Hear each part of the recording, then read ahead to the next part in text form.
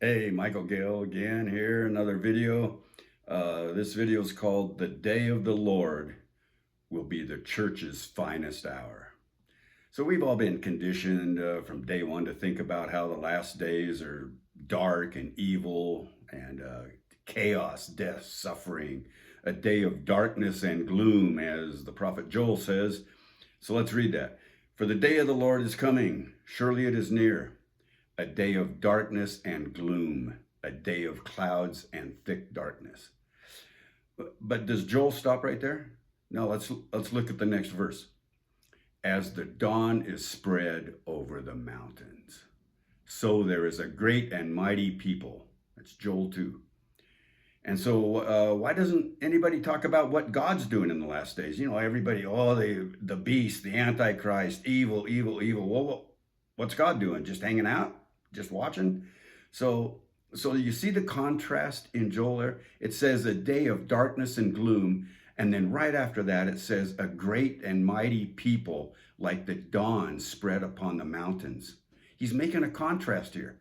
So many say this army's demonic. That's what a lot of the commentaries say.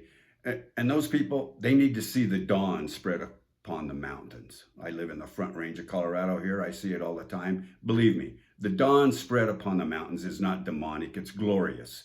And this is not an evil army. It's God's army in the last days. So there's a principle in the Bible called the early and latter rain. We've all heard this a million times. The early rain, let's read this in Joel 2, back to Joel.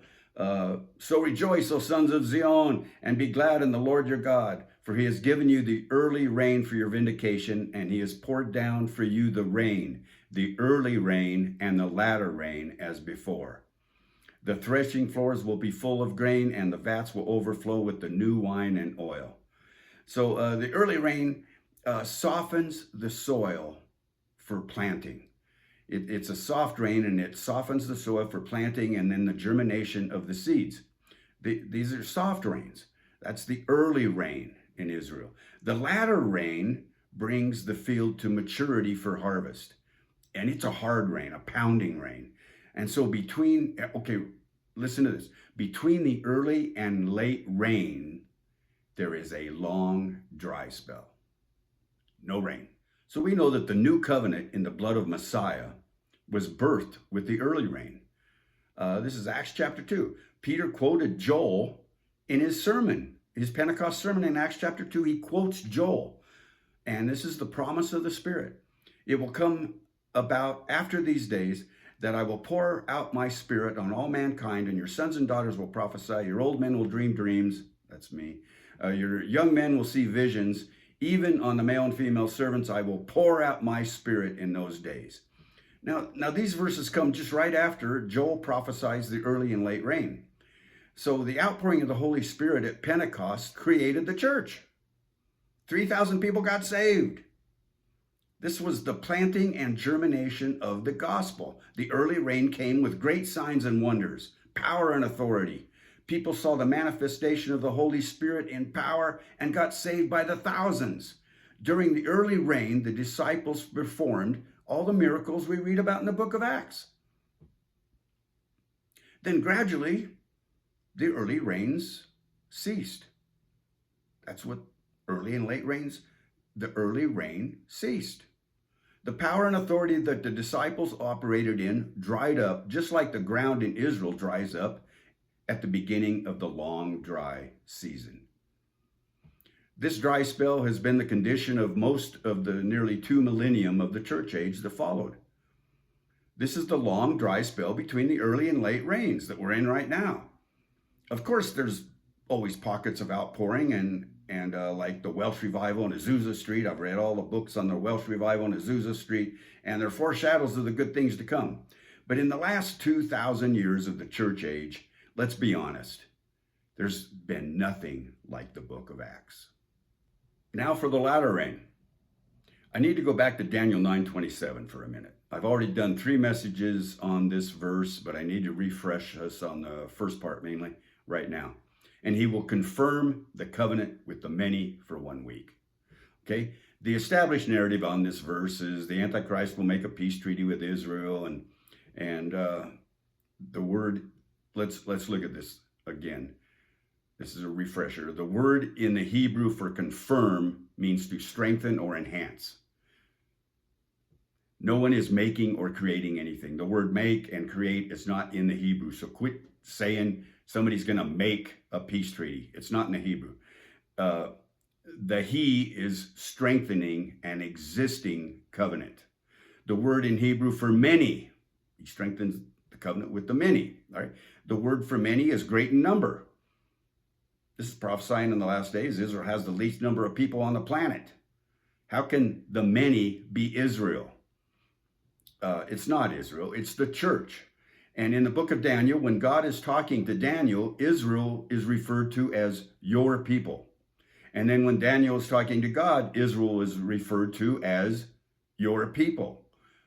And so never is the term many used for Israel. If this was talking about Israel, it would say your people, once again, to keep the narrative straight, to keep the hermeneutic in line.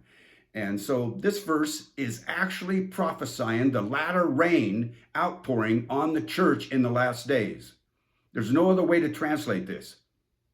The he is Jesus. The covenant he is strengthening is the new covenant in his blood, and the many is the church. And the one who comes later who makes desolate, that's not the he. There's two different people in this verse. There's the he, and then there's the one who comes. So can we just stop with this Antichrist makes a peace treaty with Israel nonsense? It's not in the Bible, okay? So Daniel's 70th week, which is what this verse is the foundation of, Daniel's 70th week, the 7-year period, it begins with the outpouring of the Holy Spirit, not the Antichrist. So this latter rain outpouring will grant even greater power and authority than what the church experienced at Pentecost. Signs and wonders. Remember, the early rain is a soft rain that prepares the soil for planting, and then the seeds germinate. That's the early soft rain. And that early rain, gave birth to the church, Acts chapter 2. The latter rain is a hard rain, and it brings the fields to maturity for the harvest. The new covenant is strengthened with power and authority by the latter rain outpouring. And this final manifestation of the Holy Spirit will produce a great harvest in the earth during the last days. The early rain took place at Pentecost. Peter quoted Joel chapter 2 to describe the early rain outpouring. But Peter didn't stop with the early rain. He continues right into the latter rain outpouring. Now let's look at the second part of Peter's sermon. This is the day of the Lord. I will display wonders in the sky and on the earth, blood, fire, and columns of smoke. The sun will be turned into darkness and the moon into blood. Now get this, before the great and awesome day of the Lord comes. So John quotes Joel in chapter 6 of the book of Revelation. These verses in Joel are referring to the sixth seal. Joel says this will happen before the great and awesome day of the Lord comes. What comes after the sixth seal? The seventh seal. The seventh seal is the day of the Lord. The latter rain outpouring on the church lasts the entire 7 years of the day of the Lord. This is what Daniel is prophesying in verse 27. Daniel's 70th week is the seventh seal. It lasts 7 years and has 7 trumpets. It is the day of the Lord. It is great and awesome. No wonder there is silence in heaven for a half an hour when they break the seventh seal. The church will operate in power and authority that has never been seen in the earth before. This will last for the whole 7 years. This will be the church's finest hour. Now let's look at the very next verse in Joel. And it will come about that whoever calls on the name of the Lord will be delivered. For on Mount Zion and in Jerusalem there will be those who escape, as the Lord has said, even among the survivors whom the Lord calls. This is the latter rain outpouring that produces the great harvest at the end of the age. Whoever calls upon the name of the Lord will be delivered. How many will call upon the name of the Lord during the day of the Lord? This is the preaching of the gospel that Jesus prophesied in Matthew 24. This gospel of the kingdom shall be preached to the whole world as a testimony to all the nations, and then the end will come. Okay, the rains come in their season. Um, let's read Deuteronomy 11:14. That he will give the rain for your land in its season, the early and late rain, that you may gather in your grain and your new wine and your oil. Most references of the early and late rains in the whole Bible also mention in its season. So there's a season for the early rain and there's a season for the latter rain. Daniel's 70th week is the season of the latter rain. At the end of the week, the angels will gather together the great harvest. That's what Deuteronomy's prophesying here. So James talks about the early and late rains in chapter 5. Let's look at that. Now remember, the context of this is the day of the Lord. So therefore be patient, brethren, until the coming of the Lord. The farmer waits for the precious produce of the soil, being patient about it until it gets the early and late rains. You too be patient, strengthen your hearts, for the coming of the Lord is near. The coming of the Lord is near. And we are told to be patient and wait for the latter rain outpouring.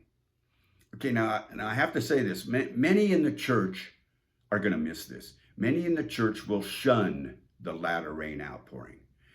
So we must position ourselves to receive the latter rain outpouring.